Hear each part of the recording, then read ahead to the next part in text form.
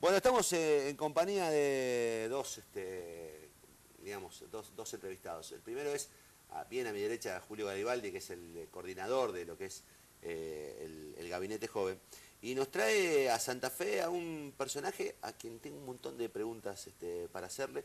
Estoy hablando de un hombre que es nicaragüense, pero que vivís, bien tengo entendido, en Guatemala. Exactamente. Hace un buen tiempo. Se llama Humberto Abaunza. ¿Lo dije bien? ¿Está bien Perfecto. acentuado? Y Humberto es como una especie de especialistas en torno al tema juventudes, leyes de juventudes. La primera pregunta, buen día a los dos. Buen día. Al margen de la actividad, que en un rato vamos a hablar de ella, ¿por qué hay que hacer una ley de juventudes? ¿Por qué hoy hace falta regular la vida de los jóvenes o en todo caso ofrecer legislativamente una norma que otorgue derechos a los jóvenes? Bueno, más que regular la vida de los jóvenes, lo que una ley de juventud garantiza es la decisión de los actores políticos y los actores sociales y los actores privados de invertir en los jóvenes. Ajá. Es una manera de reconocer que los jóvenes son importantes, que los jóvenes están presentes aquí y ahora y que son sujetos activos de este país. De Argentina, de Centroamérica, en la actualidad estamos en un momento donde existe la mayor cantidad de jóvenes en la historia, pero también estamos en un momento donde existe la mayor cantidad de jóvenes desempleados en la historia. Entonces es bastante paradójico esto. Leí una frase tuya que me impactó, que es, nunca en la historia hubo tantos jóvenes con nivel de acceso a la información y a la educación como ahora, pero con tan bajo nivel de acceso al trabajo, con lo cual hay como una especie de acceso ilusorio al futuro. Bueno, hay un acceso, exactamente, hay un acceso al conocimiento, existen nuevas habilidades, estamos en un momento donde los jóvenes tienen un nuevo horizonte generacional en correspondencia a cuando tú y yo fuimos jóvenes, Claro. por ejemplo. Algunos de estos elementos del nuevo horizonte generacional se pueden desdibujar en tres componentes. Uno es este acceso a lo que llamamos las múltiples pantallas, ¿verdad? Televisión, internet, celular, tablet, etc. Estas múltiples pantallas que ahora existen y antes no existían es lo que llamamos un cambio en la tecnología, es decir, un cambio en la tecné. Y todo cambio en la tecné... ¿Qué es la tecné? La tecné es la tecnología. Ah, bien, es un modo de reducir el término. Y un cambio en la tecné genera un cambio en la cultura. Si uno se remonta a nuestros abuelos, por ejemplo, uno puede encontrar que cuando a nuestros abuelos en las comunidades les llegó la radio, y en eso hay historia desde el fondo del río Magdalena en Colombia hasta Huehuetenango en Guatemala, que cuando llegaba la radio, lo primero que hacían los abuelos era abrir la radio para encontrar al hombrecito o a la mujercita que estaba dentro de la radio y que le estaba hablando. Entonces eso fue un cambio en la tecnología, que también produjo un cambio en la cultura. Entonces en la actualidad estamos en un gran cambio tecnológico que genera también un cambio cultural. Y este cambio cultural genera también una manera de producir y apropiarse de conocimiento. Tú y yo somos parte de todavía de la historia de Gutenberg, éramos de los libros, los libros bajo el sobaco, ¿verdad? Sobaco intelectual, se decía en Nicaragua. Sí, Gutenberg de la M, de la radio AM. Pero estos chicos no, estos chicos son del tiempo digital, ¿verdad? Entonces hay una nueva manera de producir conocimiento, pero también hay una nueva manera de apropiarse de ese conocimiento. Y esto significa, ¿verdad?, que estamos en una nueva época, que estamos en una nueva cultura, y el Estado, los estados nacionales, tienen una responsabilidad para que estos jóvenes sean productivos, y para que sean productivos hay que hacer acciones afirmativas. Antes hablábamos de acciones afirmativas para la equidad de género, para la igualdad de las mujeres. Ahora hablamos de acciones afirmativas para que los jóvenes tengan también derecho a ser productivos en este país. Es un momento muy loco, porque así como hablamos de esto, hablamos también de la imposibilidad de que los mayores de 45 se integren al trabajo. Hoy son conflictos diferentes. Julio, contame en qué consiste la actividad, porque ustedes vienen reiterando esto desde el 2008. 2008, exactamente. Es la 7ª conferencia de políticas de juventudes, donde nos encontramos todos los años distintos actores en la provincia de Santa Fe. De alguna u otra manera trabajamos con la temática de los jóvenes en la provincia. Y en esta ocasión, la temática puntual con la cual nos encontramos es para construir un proyecto de ley de juventudes, que como bien decía Humberto, la necesidad que tiene en este caso la provincia de Santa Fe de contar con esa herramienta legal.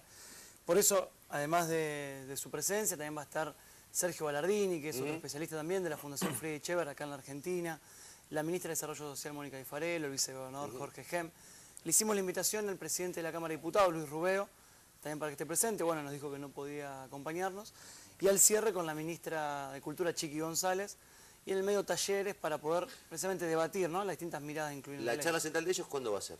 Va a ser hoy, ahora en unas pocas horas, a las 11 de la mañana. ¿En dónde? En el Club de Regata de Santa Fe. Acá en el club, Acá enfrente. El Club de Regata de Santa Fe. Por supuesto, entrada libre y gratuita, así que los que quieran ir, a las 10 ya arrancamos el primer panel con la ministra de Desarrollo, Mónica Guifarello, y el vicegobernador Jorge Gem. Me queda una pregunta y tiene que ver con tu mirada a propósito de, no sé cuánto observaste y estudiaste en la Argentina o a Santa Fe, pero sí me interesa saber, trazar, digamos, un nivel de comparación con Latinoamérica y con el resto de Latinoamérica y sobre todo con Centroamérica, que es como una especie de cono oscuro para nosotros, ¿no? Nosotros hablamos mucho de Brasil, de Venezuela, pero no nos detenemos en Nicaragua, en Guatemala, en Honduras, en Panamá, que es un país confuso.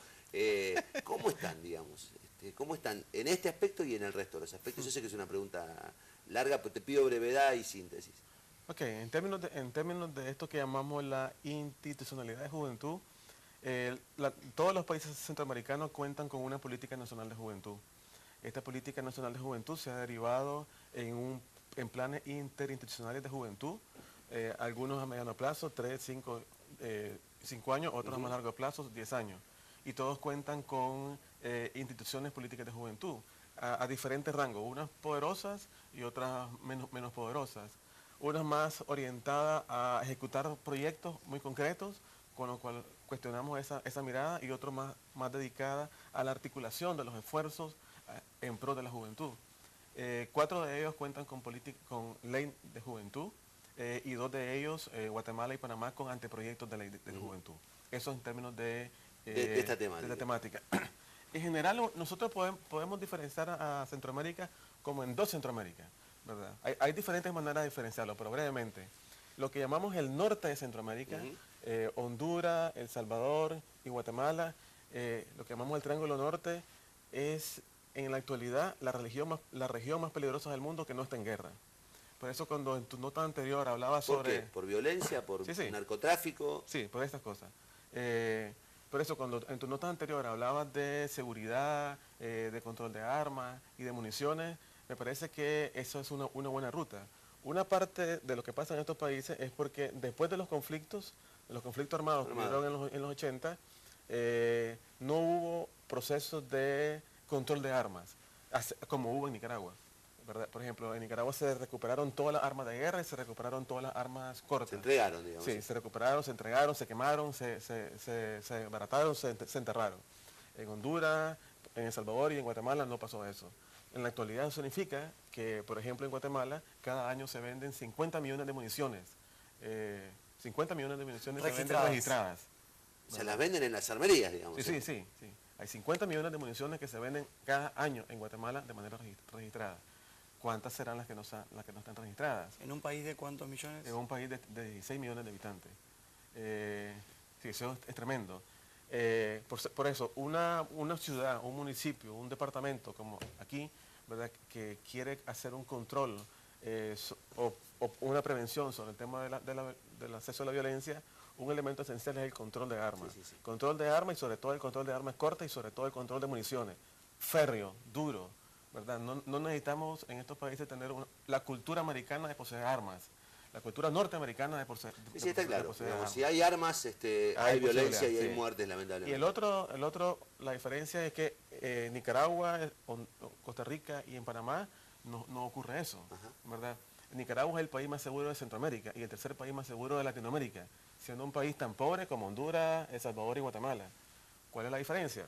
1, control de armas, y 2, trabajo comunitario y trabajo de barrios. Los jóvenes... Bueno, es lo que de algún modo se viene planteando acá. Trabajo comunitario, trabajo con jóvenes. Lo que pasa es que eso es naturalmente a largo plazo y la sociedad todo el tiempo dice, bueno, y ahora y mientras tanto, que es el gran conflicto, el mientras tanto, ¿no? El precio que hay que pagar hasta que finalmente los procesos lleguen a concluirse o por lo menos llegar a buen puerto. Es a largo plazo, pero los resultados están ahí presentes. Uno no puede comparar que uno está en la frontera entre Nicaragua y Honduras, uno pasa de Honduras a Nicaragua y el país es seguro. O uno pasa al contrario, de Nicaragua a Honduras y la gente está preocupada por la seguridad.